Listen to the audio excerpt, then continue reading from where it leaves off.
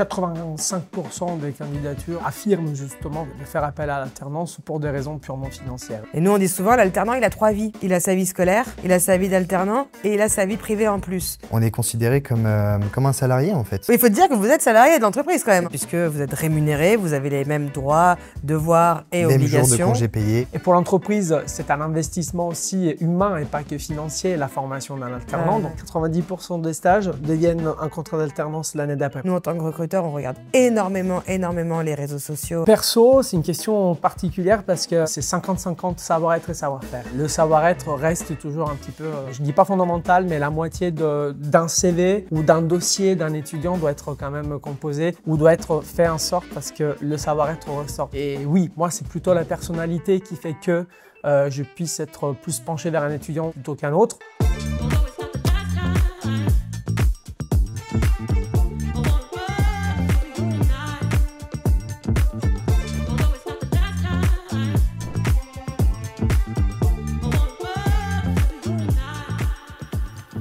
Bonjour et bienvenue dans la Bande Active, le podcast présenté par les Belles Années.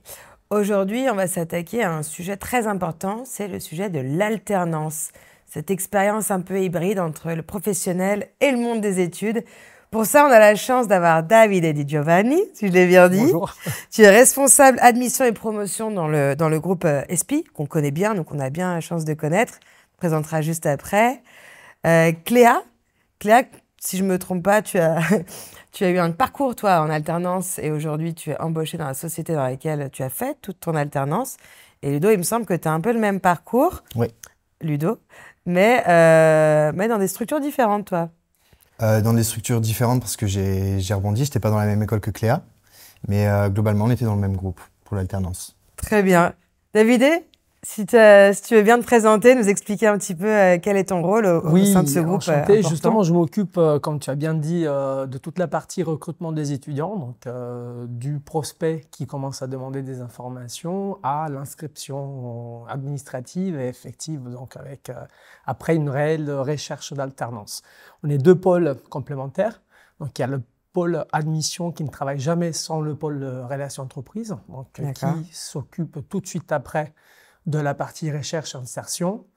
Et donc, c'est pour ça que le sujet de l'alternance me parle particulièrement. Pas directement, mais on vit au quotidien aussi justement des demandes d'alternance avec des dynamiques d'accompagnement.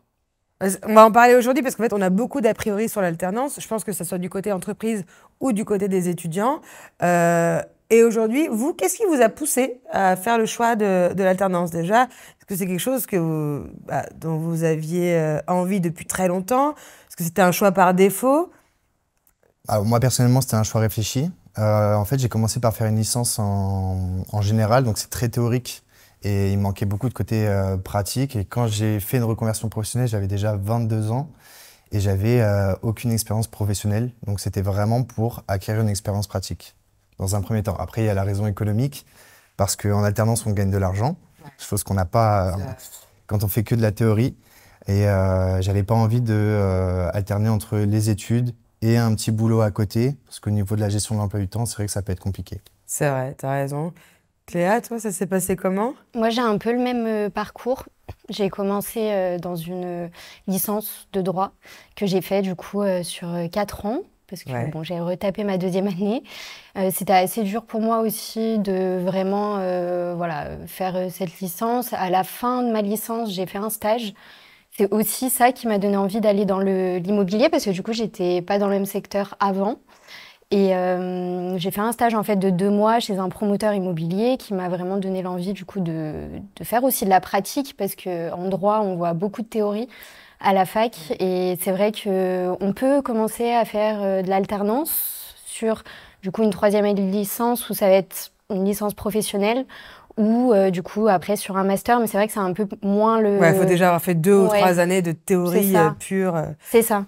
Et toi, David, est-ce que c'est ce que tu remarques chez les jeunes qui viennent s'inscrire et faire de l'alternance, c'est-à-dire cette volonté, faut le dire, gagner de l'argent, parce que dans un monde où c'est plus compliqué, il y a cette nécessité. Certains, j'ai l'impression que pour certains aussi, c'est pas forcément un choix, c'est-à-dire de vouloir continuer des études et gagner de l'argent. L'alternance, c'est finalement l'option un peu parfaite. Est-ce que c'est ce que tu as dans les candidatures que vous recevez des alternants souvent? 85% des candidatures ils affirment justement de faire appel à l'alternance pour des raisons purement financières. Donc déjà pour pouvoir avoir leur formation financée. C'est pour ça qu'à côté de l'avantage donc de l'aspect économique, on tient quand même à les prévenir qu'il y a quand même tout un tas de contraintes qui doivent quand même commencer à affronter, dont ils doivent tenir compte, parce qu'il n'y a pas que l'aspect agréable justement du financement, il y a quand même aussi pas mal d'engagement, parce qu'on a un double statut, certainement on va en parler après,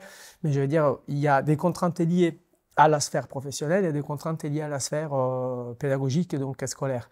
C'est pour ça que ça ne doit pas être le seul moteur, justement, pour faire en sorte que ce système soit choisi. Oui, parce que l'aspect financier, finalement, c'est vrai qu'il a une place hyper importante dans l'alternance, parce que non seulement la formation est financée, mais en plus, l'étudiant, l'alternant, ou l'apprenant, l'apprenti, ça peut être des apprentis aussi, reçoivent un salaire. Donc c'est vrai que ça peut être finalement, tu dis 85%, c'est énorme, j'avais pas cette stat-là, mais c'est vrai que c'est... Moi, dans notre école, en termes de stats, oui, généralement, je peux affirmer ça. Au-delà du côté professionnalisant, après, il est vrai aussi que nous avons un statut particulier. Nous, c'est vraiment, l'ESPI, c'est vraiment une école de l'alternance. On a juste une formation sur 7-8 qui est en initiale. Donc c'est vrai qu'on est les premiers à favoriser l'alternance. Mais on tient toujours à spécifier qu'ils doivent aussi garantir un côté sérieux et un côté investi d'un point de vue scolaire. Souvent, ils viennent avec l'idée d'être déjà des pros et d'utiliser justement l'école comme une sorte de moyen pour arriver à obtenir leur diplôme. Non, il y a quand même une contrainte réelle qui est celle des études, et qui est celle d'associer justement des missions scolaires avec des missions d'entreprise. Alors, c'est vrai qu'on en parlera un petit peu après, parce que nous, on a eu la chance dans notre groupe d'avoir énormément d'alternants. Et c'est vrai que souvent, ils ont tendance à délaisser l'école au profit. Alors, ce sont des collaborateurs merveilleux, impliqués. Je fais attention à ce que je dis, puisque tout le monde nous écoute, mais parfois plus que des collaborateurs qui sont finalement là en plein temps. Et nous, on dit souvent, l'alternant, il a 3 vies. Il a sa vie scolaire, il a sa vie d'alternant et il a sa vie privée en plus. Donc c'est vrai que parfois on a l'impression que ça peut être vraiment très lourd à porter, et surtout l'aspect scolaire, c'est vrai que tu as raison, c'est là c'est ce qu'ils vont négliger finalement en premier. Pardon les gars de parler de vous comme si vous n'étiez pas là, mais c'est ce qui va être négligé finalement en premier, alors que sans le diplôme, on va pas valider finalement l'alternance. Donc ça reste essentiel. C'est vrai que le rôle du pôle de relations entreprises avec les inscriptions, c'est celui aussi de les coacher, ou de toute façon de les informer sur ce qui va les attendre aussi après leur inscription confirmée. Oui, parce que finalement, c'est pas si simple que ça. Il y a quand même beaucoup d'obligations. On favorise l'alternance. Ouais. C'est vrai qu'on est vraiment pour ce système, mais on tient toujours à ce que l'étudiant soit pro côté entreprise, et un vrai pro aussi d'un côté scolaire, aussi. Donc un vrai un étudiant attentif à ses charges, à ses missions. Donc il y a l'aspect financier, bien évidemment, qui est 85%. Hein, je répète, la stat est énorme. Il y a aussi l'aspect théorique. Hein, Cléa, tu en parlais, mais c'est vrai qu'il y a des gens qui vont être beaucoup plus à l'aise dans la pratique que dans la théorie. Ça aussi, c'est important. Toi, c'est vraiment une raison que tu donnerais, un conseil que tu donnerais aux gens qui ont beaucoup de mal à être en 100% théorie. Tu as dit que tu as fait ta licence de droit en 4 ans. Enfin, comme la majorité des étudiants en droit, finalement, parce que l'amphithéâtre de 300 personnes, c'est pas simple. Hein, moi aussi, je l'ai fait 2 fois la première année pour ça. C'est vrai qu'on était beaucoup en droit. Moi, à la fin, je savais plus trop aussi ce que je voulais faire. Ouais. C'est vrai qu'en droit, j'avais vu du droit de l'immobilier, du coup, chose qui m'intéressait. C'est aussi pour ça que j'ai fait un stage pour vraiment me rendre compte et avoir ce côté pratique, du coup, plus sur l'aspect droit au final que l'aspect immobilier au départ. Mais c'est ça aussi qui m'a poussée à, après voir une conseillère d'orientation, à vraiment du coup savoir ce que je voulais. Et c'est ça, on commençait aussi un peu plus à parler de l'alternance, parce qu'avant on en parlait beaucoup moins. Ouais. Là, depuis quelques années maintenant, on commence à en parler plus. Et à ce moment-là, quand moi je me suis réorientée, c'était vraiment du coup le moment où ça explosait, où on en parlait beaucoup. Donc en fait, j'ai vu une conseillère d'orientation qui m'a aussi orientée vers l'ESPI, comme école du coup qui se démarquait un peu des autres écoles. Donc c'est pour ça, j'ai commencé les démarches pour postuler aussi et rentrer du coup dans l'école ESPI. Et après, pareil, pour l'alternance, voilà. Bon, après, moi, j'avais mes parents aussi un peu derrière qui me disaient, mais tu quittes tout pour au final, du coup, t'orienter dans un truc où tu sais pas du tout où tu vas aller. Moi, je leur ai mais au moins, ça te permettait d'avoir une vision concrète de ce qui pouvait t'attendre après. C'est ça. Moi, je leur ai simplement répondu que oui, tant qu'on est motivé, tant qu'on a envie de se lancer dans un truc qui nous plaît, bah pourquoi pas, quoi. On a droit à l'erreur, de toute façon. Ouais. C'est ça. Et toi, Ludo, avec le recul aujourd'hui, qu'est-ce que tu dirais? Ce serait quoi ta raison? Qu'est-ce que tu dirais à un étudiant qui veut choisir l'alternance? Je dirais de ne pas avoir peur. Moi, je ne regrette pas de ne pas avoir fait d'école de commerce. C'est pas pour tirer une balle sur les gens qui ont fait une école de commerce ou quoi, mais c'est une bonne alternative quand on n'a pas forcément les moyens de payer des formations qui sont très coûteuses aujourd'hui, que ce soit dans les grandes écoles à Lyon ou autres. L'alternance, ce qui est bien, c'est que comme tu l'as dit, on peut du coup payer la formation via l'entreprise. Et surtout, ne pas avoir peur parce qu'on a le droit à l'échec. J'ai entendu des gens parler de Parcoursup tout à l'heure, notamment avec des étudiants qui ont peur de faire des mauvais premiers choix.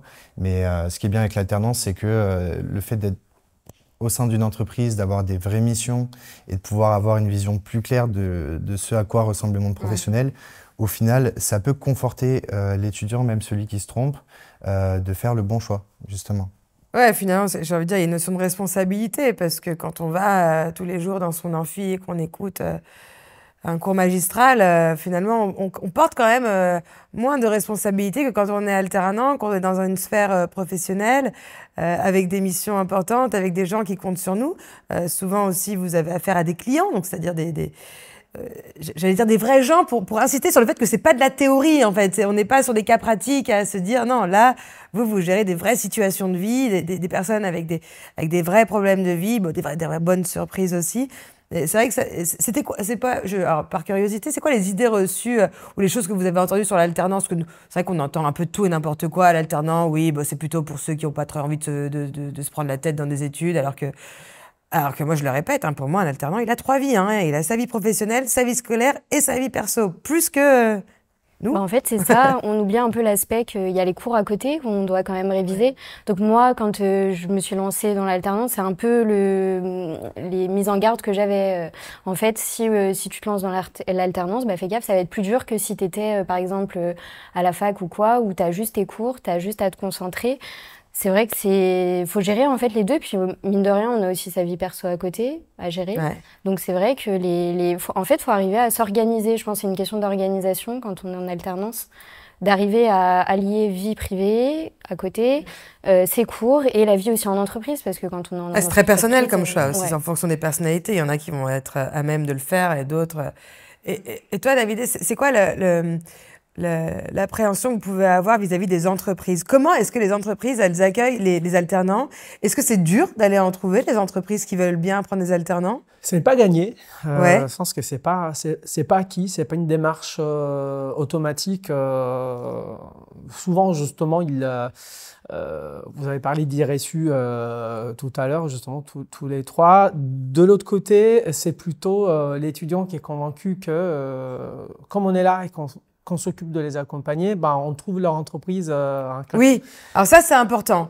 Comment ça se passe? C'est quoi en premier? C'est l'école ou l'entreprise qu'il faut trouver? Justement, d'abord, je pense que c'est une école qui puisse soutenir le projet, parce qu'il y a un projet sérieux qui fait que après l'entreprise puisse être motivée à engager l'étudiant, embaucher l'étudiant. Et après, justement, il y a aussi une entreprise qui soit capable aussi de se mettre dans la peau de l'étudiant et comprendre en quelque sorte aussi quelles sont les contraintes, pas seulement les opportunités du fait que peut-être ça coûte moins cher qu'un employé ou qu'il y a quand même beaucoup de contraintes à côté de ça. Il y a tout un système de congés, de jours payés, voilà. Jours de révision aussi. Il ne faut pas oublier parce que ça c'est vrai. Parce qu'il y a le double statut qui est gardé de toute façon pour l'étudiant. Et donc il y a aussi, de la part de l'entreprise, il y a l'idée reçue, de toute façon, vous allez me trouver la pépite. Ouais. Et de l'autre côté aussi... vous allez me trouver mon entreprise. Voilà, moi, je vous ai choisi, maintenant vous me trouvez l'entreprise. Non, c'est toujours à l'étudiant quand même de séduire l'entreprise, de convaincre aussi l'entreprise par rapport à son projet. Nous, on peut pousser le dossier, on peut associer le type d'offre avec le profil. parce qu'on étudie quand même pas mal. Oui, et puis vous avez l'habitude de travailler avec certaines sociétés, j'imagine. Exactement, on a des partenaires qui travaillent avec nous et pour nous depuis longtemps, dans notre cas, mais plein d'autres écoles ont le même système. Mais c'est vrai que c'est quand même à l'étudiant de finaliser en quelque sorte la démarche. Nous, on peut donner le coup de pouce, mais c'est pas à nous de pistonner l'étudiant et dire bah prenez ce dossier-là parce que on va dire que l'aspect professionnel il commence dès le départ. C'est en gros c'est vous qui êtes allé déposer avec vos CV votre lettre de motivation et aller chercher une place finalement à l'entreprise pour une alternance. Ouais. Bah moi, je venais pas de Lyon en plus. J'ai fait mes études à Chambéry, je viens de la Savoie de base. Donc en fait, quand je suis arrivée, je connaissais rien du tout. Donc c'est vrai que la première année d'alternance que j'ai faite, c'était en bachelor, en 3e année. Et j'ai été dans le social, j'étais dans le logement social. Donc c'est vrai que j'ai été démarcher l'entreprise aussi pour faire passer mon CV et du coup justement qu'ils puissent retenir ma candidature et m'avoir au moins dans un premier entretien. Comment vous êtes reçue par les entreprises? Alors, c'est une question un peu... Moi, j'ai tout... On leur dira pas. Non, j'ai jamais été mal reçue. Enfin, de toute façon, j'ai eu que 2 expériences, du coup, avec Grand Lyon Habitat, mon ancienne entreprise, quand j'étais en bachelor, et du coup, Valority, que j'ai fait pendant 2 ans. Les deux, ça s'est toujours bien passé.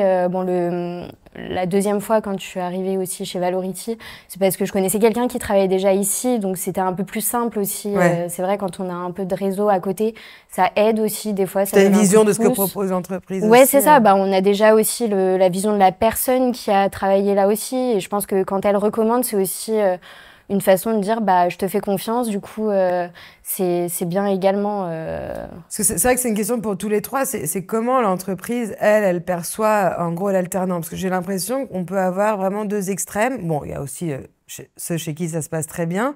Mais on peut avoir l'entreprise qui va voir son alternant comme finalement la main-d'œuvre très très bon marché financée par une partie par l'État. Ou alors, parfois, on voit des alternants qui vont se dire bah, moi, j'ai vraiment rien appris, j'ai fait des photocopies et du café. Vous avez un peu ce retour-là, vous Tu as très bien cerné la problématique. On peut avoir, on a les situations, et heureusement, c'est la plupart des cas où ça se passe bien, mais après, on a les extrêmes aussi, où, comme tu as dit, il y a l'étudiant qui n'apprend rien, ou qui a la sensation, en tout cas, de rien apprendre. Et de l'autre côté, l'étudiant qui se sent surexploité parce qu'il fait tout. D'où notre présence aussi en tant qu'intermédiaire, à travers des réunions régulières aussi, à travers des points de vérification et des bilans qu'on fait régulièrement.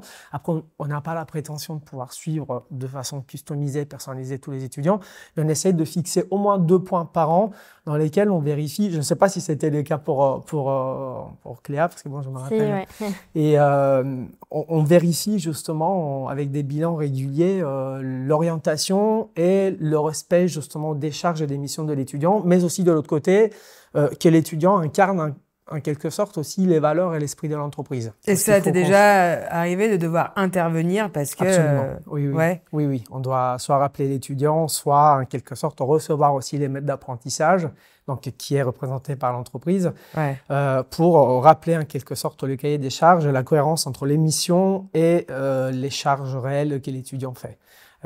Ou dans le cas contraire, oui, inciter en quelque sorte le pro à faire évoluer l'étudiant en confiant en plus de missions et à lui faire plus de confiance. Oui, parce que l'alternance, elle va marcher quand la relation, elle est gagnant-gagnant. Vous, comment ça s'est passé un petit peu votre alternance? Est-ce que vous avez eu ces impressions-là parfois? Est-ce que c'est dur aussi pour vous de vous positionner? Est-ce que vous avez l'impression déjà d'être entre l'école et l'entreprise ou d'être vraiment, de faire partie des deux pleinement? Alors déjà, moi je voulais revenir juste sur un point, sur un cliché un peu de l'alternance, c'est qu'il y a beaucoup d'étudiants qui pensent que l'alternance c'est plus facile qu'un cursus classique. Parce qu'en alternance, ça tu vas moins à l'école en fait déjà. On passe 3 semaines en entreprise, 1 semaine à l'école, on se dit bon au final on a beaucoup moins de cours, etc. Le programme il est allégé, ça va être beaucoup plus facile. Mais comme le disait Cléa, au niveau de la gestion de l'emploi du temps, c'est hyper compliqué. Surtout quand on est très sollicité en entreprise, de se poser le week-end avant de revenir à l'école et de se dire bon bah c'est mon seul moment de répit. Et non, il faut quand même mettre la tête dans les cours, etc. Donc là-dessus c'est compliqué. Après ça dépend vraiment de ton rôle au sein de l'entreprise, de ce que tu fais, comment tu es sollicité, etc. Je pense que ça dépend aussi du poste et des missions que tu as choisi de faire en alternance. Moi j'ai eu la chance d'avoir énormément alors je dirais pas de responsabilité, mais j'ai eu la chance de voir énormément de choses différentes en entreprise. Donc au final, je dirais qu'au final, c'est quand même quelque chose de cool. Excusez-moi, je sais pas trop comment dire là, mais non, mais continue. Mais en fait, sur la question d'origine. Est-ce que ça t'a aidé déjà, est-ce que tu t'es senti à l'aise vis-à-vis de l'école et de l'entreprise?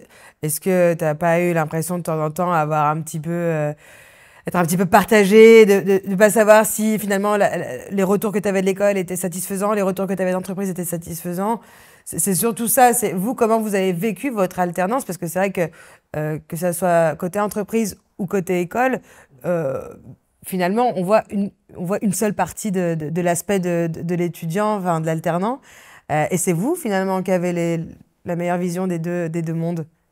Oui, bah moi en tout cas, les 2 expériences que j'ai eues, ça s'est toujours très bien passé. J'ai toujours eu des maîtres d'apprentissage qui étaient très bien, enfin qui m'ont suivi de A à Z. Comme le disait David, on a aussi des points réguliers à l'ESPI, donc c'est vrai que du coup, l'école rencontre aussi le maître d'apprentissage, donc ça permet de faire un point avec l'étudiant seul, avec du coup le maître d'apprentissage et l'étudiant, faire le point sur les missions qu'il a en entreprise, enfin ce genre de choses. Donc en fait, il y a un suivi. Et vous avez la même chose en entreprise, des points, des suivis? Est-ce que vous avez l'impression d'être suivi correctement?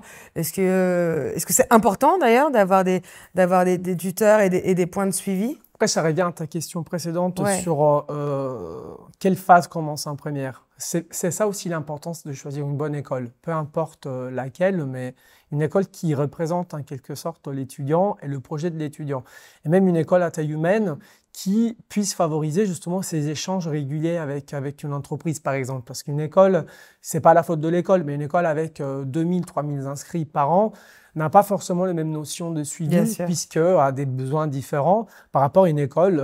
Moi, je peux parler de la mienne où je travaille, parce qu'on est entre 250 et 300, mais bien évidemment, le bilan, il est plus favorable parce qu'on a plus. Ça, c'est vrai que nous, en tant que professionnels, on le voit. On le voit, les étudiants qui viennent de différentes écoles n'ont pas du tout le même accompagnement. Pas du tout les mêmes, alors c'est à vous de me dire maintenant si je me trompe ou pas, mais pas du tout la même exigence vis-à-vis de la présence, des cours, des profs aussi. On a beaucoup d'étudiants qui nous parlent des profs. C'était quoi, parce que les profs, c'est comme dans les cursus classiques, hein, c'est beaucoup d'intervenants qui sont des professionnels à la base. Ils ont une trame classique après. Votre a priori des profs que vous avez eu. C'est bien d'avoir des profs qui viennent du milieu professionnel? Alors c'est bien parce qu'ils peuvent nous communiquer leur expérience, etc. On n'est pas juste sur des cours par chapitre, etc. Donc on a plein d'anecdotes qui sont partagées avec nous, même nous on peut échanger avec eux. Après c'est vrai qu'à titre personnel, j'ai eu des intervenants plus ou moins doués. J'ai eu beaucoup de complications notamment avec eux. Pas à titre personnel mais aux yeux de la classe, avec du coup au final une trame qui n'était pas spécialement bien suivie tout au long de l'année. Des fois, peut-être un peu trop d'anecdotes sur la vie perso et professionnelle de la personne. Là-dessus, c'est un peu dommage, mais c'est bien d'avoir un corps pédagogique qui nous accompagne. On a des délégués, on peut en parler au quotidien. Et à titre personnel, du coup, j'ai eu des intervenants qui ont changé au fur et à mesure de l'année. Et on a quand même su rattraper du coup le programme. Donc, c'était pas spécialement un frein, mais c'est vrai que c'est un risque. Je pense que vous avez des questionnaires de satisfaction aussi par rapport à ça. Chaque semaine, on remplissait un questionnaire en ligne. C'est vrai que moi, dans mon école, on avait aussi du coup des enseignants chercheurs qui du coup sont là tout le temps et qui ont plusieurs matières, enfin qui apprennent plusieurs matières qu'on appelle du coup le tronc commun. Après, dans les matières un peu plus spécialisées, par exemple, du coup, moi j'ai fait un master A7 en A7, j'avais de l'analyse financière, j'avais un prof, un intervenant qui venait de la banque, qui lui avait un métier à côté. Et c'est vrai que cet aspect-là de l'intervenant est pour moi plus intéressant parce que du coup, il vient du monde professionnel. Il y a l'aspect pratico-pratique, il a fait le métier, il ne parle pas théorie, il parle de quelque chose. Exactement. Puis il y a aussi, après ça c'est bon à chaque prof, il y a l'aspect pédagogique aussi, la manière dont il l'apprend. Donc lui, comment on lui a fait apprendre le métier. Donc c'est vrai que moi je trouve ça très intéressant d'avoir un professionnel, de vrais professionnels. Et c'est aussi ça l'avantage de l'alternance. C'était entouré de professionnels finalement durant tout ton cursus. C'est ça. Et on évolue aussi comme ça, du coup, au fil du temps, au fil du master. Enfin, moi, c'est ce qui m'a aidé aussi à comprendre. L'analyse financière, je comprenais rien du tout. On m'a fait lire un compte de résultats, des bilans. Enfin, je comprenais rien. Et c'est vraiment le prof qui m'a fait aimer la matière et qui m'a donné envie, du coup, de continuer. Et voilà, de... Alors ça, c'est vrai souvent, même dans les formations continues. Le prof peut avoir un impact incroyable sur une carrière, sur un choix. Que ce soit le prof ou la personne qui t'accompagne, les conseillers d'orientation aussi peuvent avoir vraiment un rôle en fait hyper important. Aujourd'hui, on le voit, tous les étudiants n'ont pas la chance de pouvoir être accompagnés par des parents qui maîtrisent tous les sujets, n'ont pas la chance d'avoir un cadre familial, que ce soit les parents d'ailleurs ou les grands frères, les grandes sœurs, peu importe, ou alors ne sont pas sortis d'une école qui leur a appris tout ça. Donc c'est vrai que c'est vraiment une chance aujourd'hui, l'alternance, vu comme ça, d'être entouré de professionnels qui arrivent à vous accompagner dans votre projet professionnel. Puis en plus, ça nous forge un réseau. C'est intéressant ça nous forge un réseau parce qu'on a au final des intervenants qui sont dans divers métiers, donc dans divers secteurs. J'ai aussi des collègues du coup de l'école qui se sont fait carrément embaucher par l'entreprise du professeur. Donc là-dessus, je pense que c'est une chance, c'est pas quelque chose qu'on peut retrouver dans un cursus classique, vraiment. Et toi, David, aujourd'hui, tu vois de plus en plus de demandes d'inscription en alternance. Est-ce qu'il y a une évolution sur l'alternance? On en parlait avec Léa tout à l'heure, qui disait avant c'était très peu connu. Moi, quand j'ai passé le bac, c'était il n'y a pas si longtemps que ça, mais pourtant, c'était pas un sujet du tout qu'on mettait en avant. Il y a eu l'aide financière des gouvernements auprès des sociétés aussi. Je pense que ça a beaucoup, beaucoup joué dans le truc. Mais est-ce que tu vois, toi, une demande grandissante des jeunes vers l'alternance? La demande, oui, en tout cas. Après, aujourd'hui, comme tu as bien dit, il y a aussi des conditions financières qui changent par rapport aux subventions. Donc, ce qui a freiné en quelque sorte bien sûr. l'embauche des entreprises, de la part des entreprises. Mais en tout cas, c'est une tendance, oui, je confirme, croissante. Et toi, tu parlais de ton parcours. Moi, il y a 15 ans, je ne savais même pas ce que c'était l'alternance. En plus, voilà, dans un autre pays, je n'ai jamais bénéficié de cet accompagnement entreprise-école. Et c'est vrai que je trouve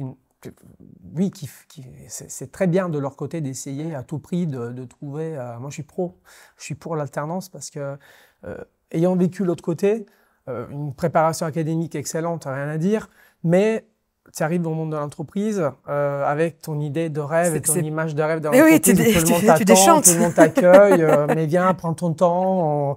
Non, c'est pas ça la réalité. Confronté tout de suite avec une réalité où le pro, il a besoin de quelqu'un d'efficace, d'efficient, et c'est vrai que l'alternance, c'est le seul moyen pour le moment de pouvoir concilier justement une bonne qualité pédagogique quand l'école le permet, et aussi une bonne expérience.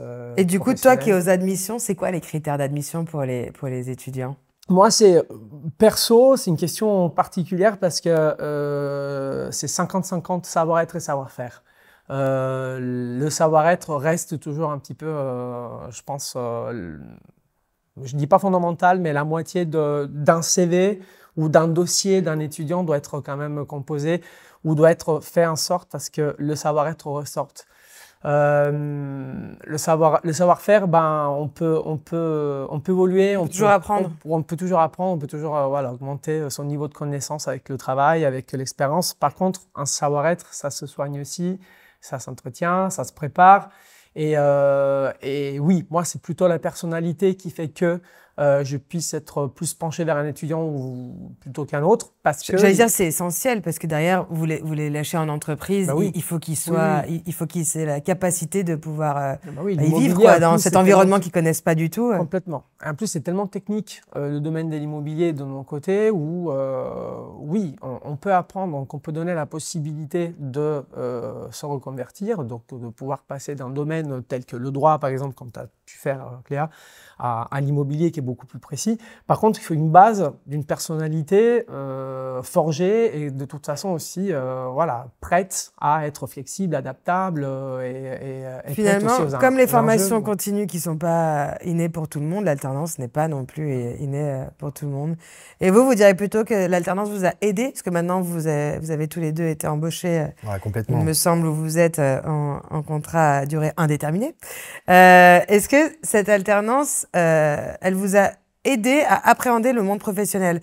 Parce que c'est vrai que, comme disait David, souvent on déchante. On sort de l'école, on arrive en entreprise. Moi, en tout cas, j'ai vécu ça et je me suis dit, ah ouais, non, mais waouh, c'était mais pas du tout ce que j'imaginais, on n'était pas sur le même rythme et on a l'impression d'avoir finalement passé des années à apprendre quelque chose où on se dit mais j'ai perdu du temps quoi, parce que du rêve. On m'a vendu du rêve et puis quand tu fais un cursus un peu développé, on t'explique que tu évites l'élite, que tu vas sortir, que tu vas avoir ce montant de salaire et que tout ça et là ton rêve s'écroule.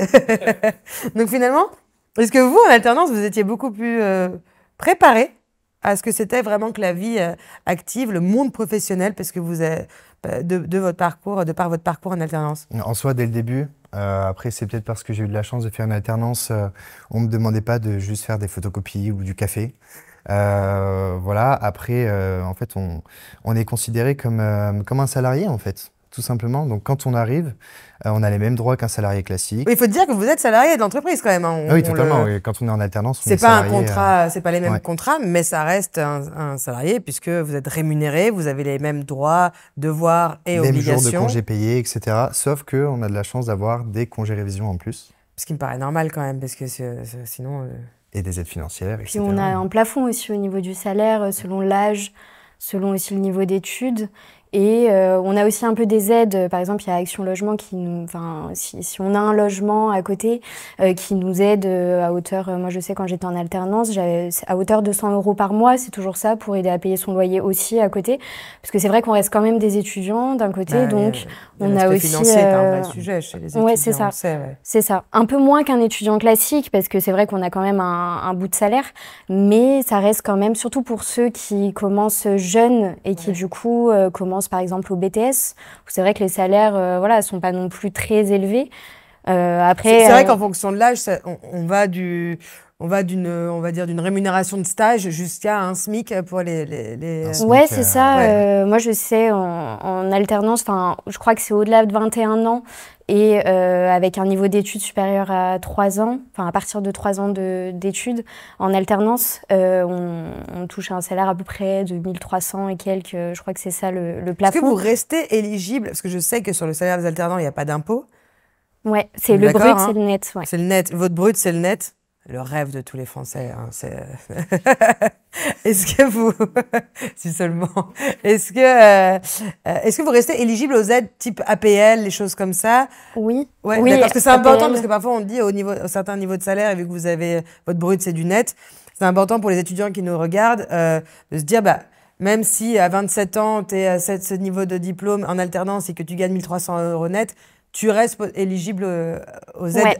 Des étudiants, quoi. Alors, au-dessus de 26 ans, on touche 100% du SMIC. En dessous, à partir de 21 ans et 3 ans d'études, c'est 78%, donc ce que moi j'étais.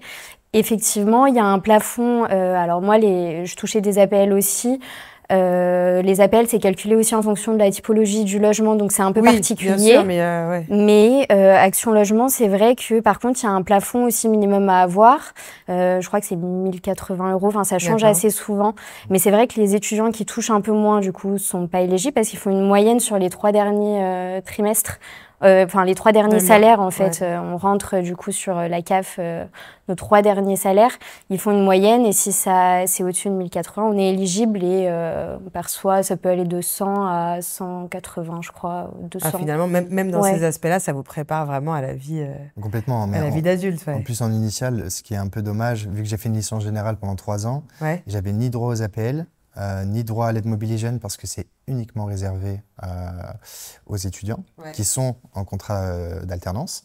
Les APL, donc moi j'étais resté chez papa-maman, etc. Mais j'avais aucune aide, vraiment aucune aide. Et ici, là sur ma dernière année d'alternance, j'étais en 3e année, j'avais donc l'aide mobiligène, les APL, et j'avais également la prime d'activité. Oui, c'est ça. En fait, c'est ça qui se calcule sur les 3... Vachement, même financièrement, finalement, c'est vachement plus intéressant. En fait, on peut se retrouver à gagner pratiquement la même chose que quelqu'un qui a été embauché en CDI. Mais pratiquement, hein, c'est pas les mêmes montants. Mais voilà, après, on n'est pas imposable. Donc, on a énormément d'avantages. Oui, mais vous avez aussi 3 vies. C'est ce qu'on disait. C'est important de le rappeler parce que je vois beaucoup, moi, de collaborateurs qui peuvent dire ça va l'alternant. Oui, n'oubliez pas que l'alternant a quand même 3 vies. C'est vraiment C'est vrai qu'on oublie, parce que finalement, tu disais 3 semaines en entreprise, 1 semaine à l'école, mais ce que tu dois faire en 1 mois, tu le fais en 1 semaine finalement. Bah, on est bien heureux à la fin de l'alternance de pouvoir se focaliser sur quelque chose de plus concret, notamment en signant un CDI, etc. C'est vrai qu'on a plus ces petites semaines à l'école, etc. Ça peut manquer. Qui reste essentiel, je le essentiel, bien sûr. C'est quand même l'objectif principal d'avoir la formation financière ou oui. de toute façon de payer. Oui, c'est sûr. Si vous ne le savez pas, l'entreprise reçoit vos bulletins. Quand on choisit de continuer en CDI, c'est parce qu'on s'y sent bien. Donc moi, c'était mon cas. Sur le CV, je pense que c'est bien d'avoir fait une alternance et d'avoir signé un contrat. Il y a une continuité. Ça veut dire que l'employeur, l'entreprise en général, était satisfait de ton travail. 3 ans pour mon bachelor ou 2 ans avec mon master, j'ai envie de voir. C'est le moment d'aller voir ailleurs, de tester autre chose. Mais il y a finalement tout ce boulot d'entretien à faire, bien avant même de rentrer dans la vie professionnelle finalement. Donc ce qui vous forme, hein, c'est déjà une première formation, hein, de prendre ton CV, mettre à jour ton CV LinkedIn, si tu en as un déjà, je pense que ça aide aujourd'hui.